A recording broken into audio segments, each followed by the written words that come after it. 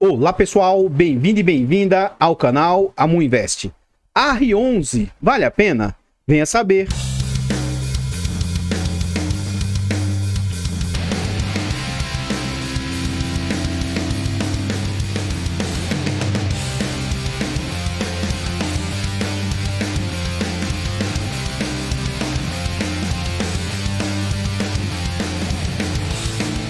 Então, pessoal, este é um fundo imobiliário do setor de recebíveis, é um fundo imobiliário de papel. É um fundo que foi lançado no mês 10 de 2019, é um fundo de base R$10, Open Capital é a gestora, ele é de títulos e valores imobiliários e ele tem uma liquidez baixa, uma liquidez de apenas 255 mil. Contudo, para mim é uma liquidez aceitável para pequenos e médios investidores. Esse é um fundo para investidores em geral, então qualquer pessoa pode comprar. Ele tem nota 3 de 5 lá no site. Ele faz parte do IFIX, mas com uma posição quase irrisória. E ele conta atualmente com mais de 12 milhões de cotas. Em termos de PVP, ele está sendo negociado a um PVP de 0,98. Isso indica 2% de desconto. Então note, ele tem um patrimônio atual de 111 milhões e o mercado está aceitando pagar 109 milhões. Observe, ele é um fundo de base 10, só que atualmente ele está valendo 9,30. Mu, por que ele está valendo tão abaixo do valor lá de lançamento? Muito disso tem a ver com marcação a mercado. Então, ao invés de ele estar com apenas 2% de desconto, na minha humilde opinião, esse desconto é maior. Esse fundo ele deve valer pelo menos uns 9,70. Então, de 9,30 ele deve valer 9,70, só que ele está sendo negociado a 9,11.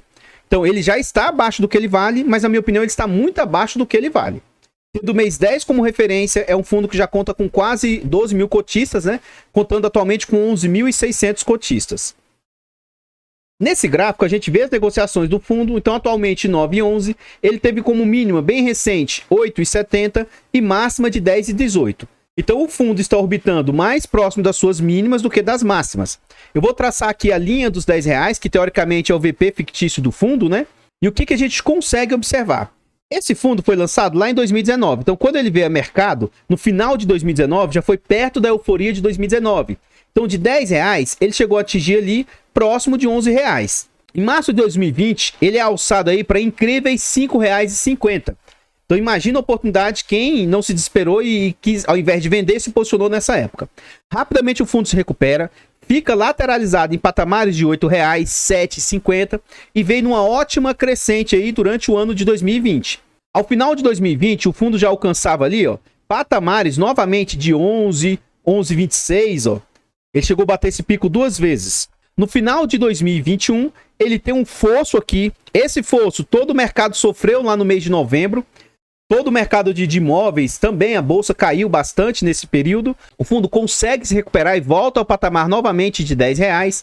E aí, durante esse ano de 2022, principalmente a partir de abril e maio, começa o arrefecimento da inflação e o fundo começa a entregar um resultado menor. Com isso, a cotação desaba e ele sai de patamares de R$10, atingindo mais ou menos R$8,70. E agora, mais recentemente, ele está estabilizado nesse patamar de R$9. Então, pessoal, antes de a gente continuar vendo mais a respeito desse fundo imobiliário do AR11, eu gostaria de pedir humildemente, deixa o like, comenta e compartilha. A sua interação aqui no canal é muito importante para o desenvolvimento e crescimento do canal. Diz aí para nós, e aí, você tem cotas do AR11 no seu portfólio? Você acha que o AR11 é um bom fundo imobiliário aí? Comenta para nós, que seu comentário é muito importante para o crescimento e desenvolvimento do canal. Por favor, compartilhe o vídeo e nos ajude a levar conhecimento e educação financeira a mais pessoas. Nós temos o objetivo de tentar alcançar 15 mil inscritos até o final do ano. Quer nos ajudar? Se inscreva no canal e ative o sino.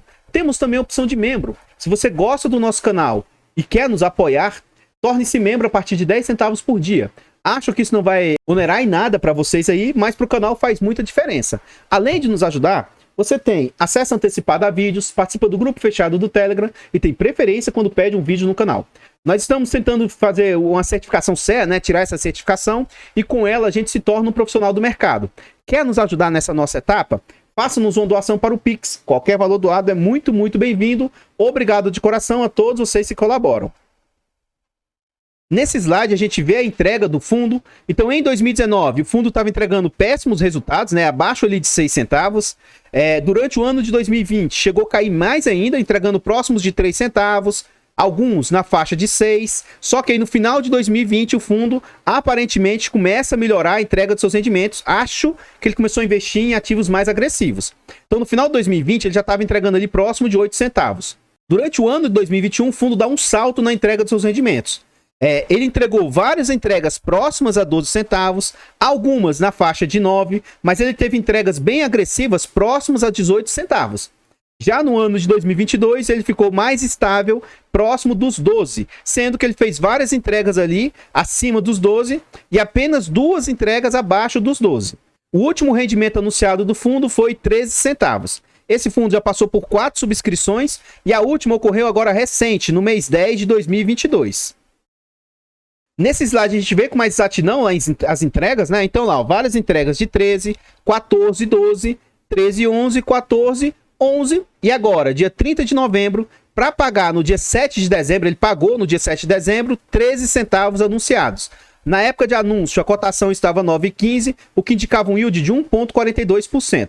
O fundo está com 17,32% de yield acumulado nos últimos 12 meses, que é um yield muito agressivo, né, para o fundo. Então, se ele tem alto dividendo, ele vai ter alto risco. Isso é, inclusive, informado pelo próprio gestor lá dentro do relatório gerencial.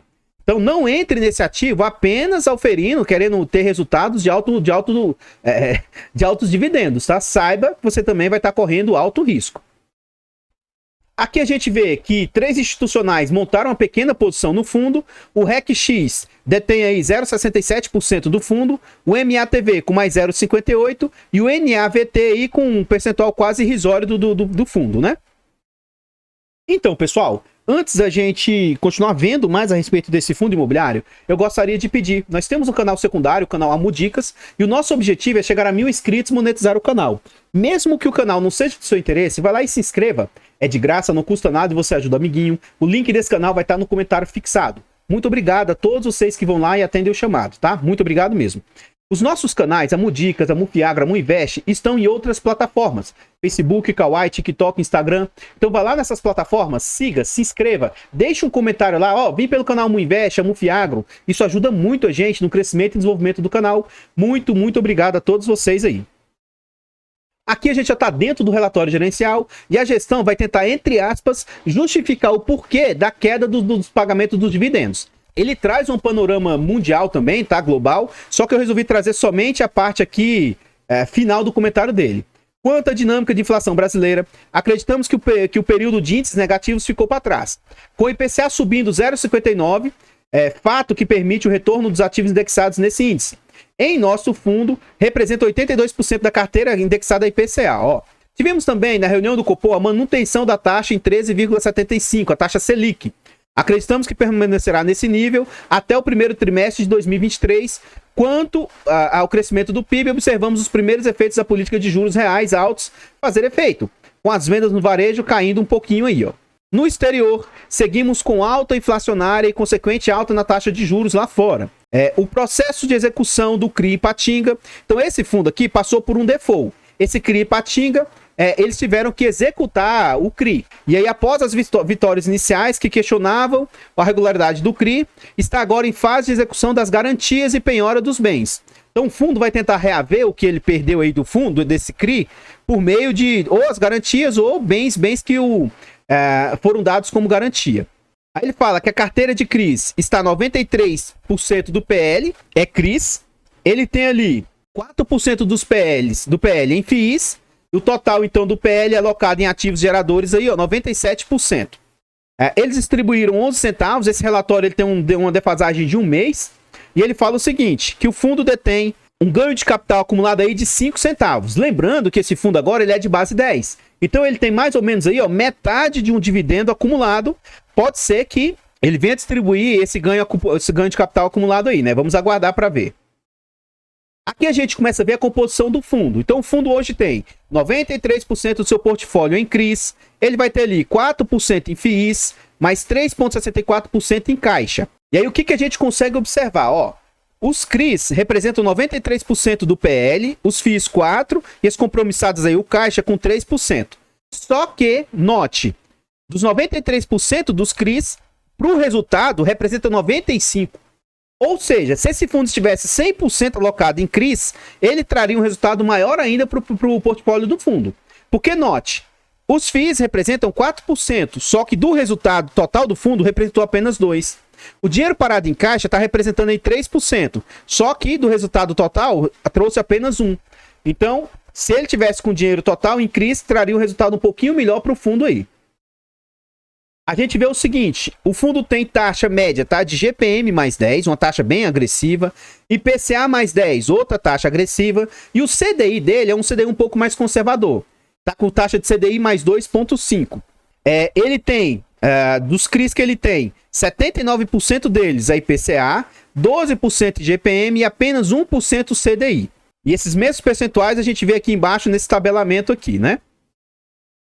Eu gosto de trazer sempre esse relatório, quando eu trago aqui do AR11, que dá para você ter uma noção como é que está se comportando, ó. Então, o CDI agora, que ele está nessas suas altas, ele nos últimos 12 meses está representando 10,93%. Mesmo a taxa Selic em 13, você tem que entender o seguinte, você ainda não está recebendo 13. É isso que as pessoas têm que entender. Elas falam assim, nossa, não vejo sentido de investir em fundo imobiliário com a Selic a 13. Tá, abençoado, mas se você tiver posicionado na Selic nos últimos 12 meses, você está recebendo apenas 10. Não chega nem a 11. Isso bruto, né? Porque a gente ainda tem que descontar o imposto de renda aqui, cai mais ainda. E se você for ver no ano, que ainda não é os últimos 12 meses, ela tá dando apenas 9,24. Então a pessoa tem que entender que, por mais que a taxa esteja em 13, talvez ela não fique um ano em 13. Daqui a pouco ela cai para 12, 11, 10. Então, você tem que pensar sempre no acumulado. Então, no acumulado, essa Selic de 13 aí não é tão vantajoso assim. O IPCA nos últimos 12 meses tem acumulado aí, ó, nos últimos 12 meses 7 e nesse ano está em 4%, a inflação acumulada. E o IGPM, que é outra medida de inflação, só que essa aqui tem mais assim, o grosso do IGPM é atacado, né? Então é como se fosse mais do atacado. Ele está no acumulado de 8% aí dos últimos 12 meses e nesse ano está em 6,61%. E outra coisa que ele fala no relatório, o que acontece, pessoal?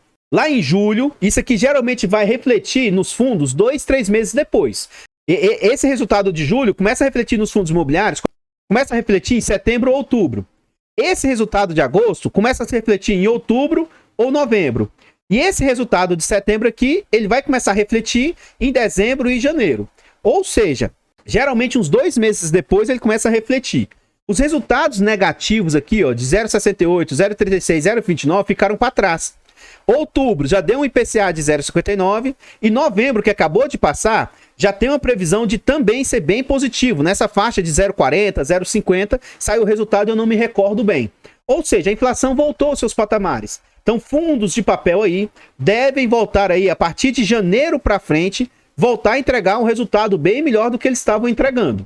Tá? E caso essa inflação se mantenha, eles devem voltar àqueles patamares mais agressivos que eles estavam entregando antes. Aqui a gente vê esse gráfico, ele é repetido daquilo que a gente viu, mas esse gráfico aqui é muito importante. Então, o próprio fundo, ele mesmo se classifica um fundo de high yield.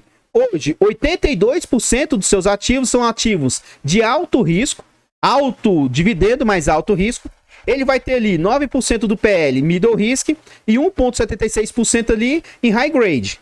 Então, ele mesmo classifica o seu fundo como sendo de high yield. O fundo vai ter ali, ó, 26% do seu portfólio alocado em setor corporativo, 30% em loteamento, que é um pouco mais arriscado, 34% em incorporação e mais 2% em multipropriedade, que também, para mim, é o setor mais arriscado de todos, mas aqui para o fundo representa, entre aspas, apenas 2,23%. Então, apesar de ser alto risco aqui o fundo, eu considero que esses segmentos aqui não são tão arriscados quanto o segmento aí de multipropriedade. Nesse slide a gente vê a carteira total do fundo, tá?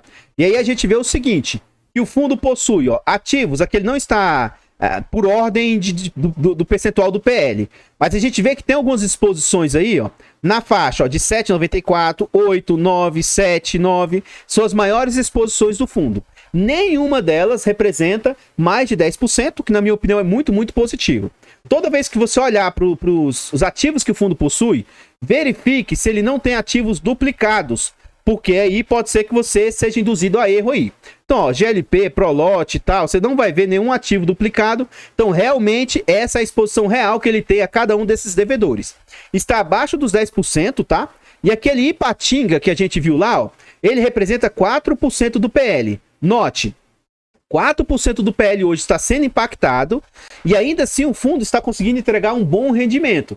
Então, ainda bem que o ativo que deu problema representa apenas 4%, né? Já pensou se ele representasse um percentual maior? Então, nesse ponto, é por isso que é interessante a diversificação ou até mesmo a pulverização dos ativos, porque se der algum problema, não vai impactar assim, muitas receitas do fundo.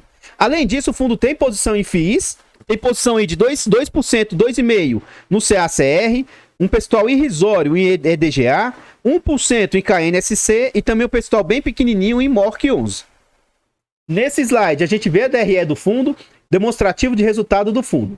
Ele aí cobra 14% de taxa de administração, 0,5% de gestão, 0,4% de consultoria e ele tem performance de 15% do que conseguir bater IPCA mais 2. Não é o melhor dos mundos, mas pelo menos não é igual aqueles fundos que cobram 100% do CDI, né? Porque 100% do CDI, basta você deixar o Tesouro Selic e você já bate. Agora, o fundo tem taxas bem agressivas, né? Ele tem IPCA mais 10, como a gente viu lá. Então, essa taxa de performance poderia ser frente ao IPCA mais 4, IPCA mais 5, seria um pouco mais justa. Só que a gente não vai, o mundo não é feito de justiça, né? A gente não vai ver isso aí muito dificilmente. Vamos ver na prática como que essas despesas vêm impactando as despesas do fundo. Eu não gosto muito desse DRE que eles trazem, tá? Principalmente porque eles não trazem um destrinchamento aqui das despesas. Então, lá em outubro, o fundo teve como as despesas totais aí, ó, 162 mil. Provavelmente não é tudo que vai para o bolso do gestor, mas como isso aqui não tem um destrinchamento, uma explicação melhor, a gente vai considerar tudo. Então, o que acontece? O fundo teve como resultado aí 2 milhões e 140 mil. Desse valor aí, ó, 1 milhão e 200 vieram de CRIs, 57 mil de FIIs, 20 mil de compromissadas. E ele teve aí, ó, 794 mil de outras receitas que ele não discrimina. Então vamos ver o que esses 162 mil representa frente a esses 2 milhões e 140. Então vamos lá, ó, 162 vezes 100 dividido por 2,140. E aí a gente observa que em outubro as despesas do fundo estão representando 7,57%, abaixo dos 15%, que seria o meu limite aí que eu aceitaria que representasse as despesas do fundo. Para eu me posicionar no fundo é o máximo que eu acho que eu aceito pagar de despesas, né? Então, pessoal, o que eu tinha para trazer a respeito do RI11 são somente essas informações. Por favor, vá lá no nosso canal secundário, canal Almo Dicas, inscreva-se, ajude-nos a chegar a 1.000 inscritos e monetizar o canal. Muito obrigado a todos vocês aí. Vá também nas outras plataformas, Facebook, Kawaii, TikTok, Instagram e procure os nossos canais. Almo Dicas, Almo Fiagro, Almo Invest. Procure esses canais e se inscreva, siga, deixe um comentário lá. Muito, muito obrigado. Nesse vídeo aqui, deixa o like, comenta e compartilha e diz aí para nós. E aí, o que você achou a respeito do RI11? Você acha que ele é um bom fundo imobiliário? Você teria cotas desse fundo aí no seu portfólio? Você acha que é um ativo que dá para investir? Comenta aí para nós que seu comentário é muito importante para o crescimento e desenvolvimento do canal. Eu particularmente tenho esse ativo na minha carteira pública e na privada, estou ciente dos riscos dele, mas acho que numa carteira diversificada caiba ele no portfólio, mas você tem que estar ciente do seguinte: alto risco, alto retorno. Então, caso você opte por investir nesse fundo, talvez não seja adequado você colocar um percentual muito alto do seu portfólio. O meu ponto de vista de eu ter esse ativo, de eu gostar desse ativo, não significa que ele seja um ativo bom ou ruim. E também não significa indicação de compra, venda ou manutenção do ativo. Por favor, compartilhe o vídeo, ajude-nos a levar conhecimento e educação financeira a mais pessoas. Nós temos o objetivo aí de tentar alcançar 15 mil inscritos. Quer nos ajudar? Vá lá e se inscreva e ative o sino. Temos também a opção de membros. Se você gosta do nosso trabalho e quer nos apoiar, torne-se membro a partir de 10 centavos por dia, R$ 2,99 por mês. Muito obrigado a todos vocês que colaboram.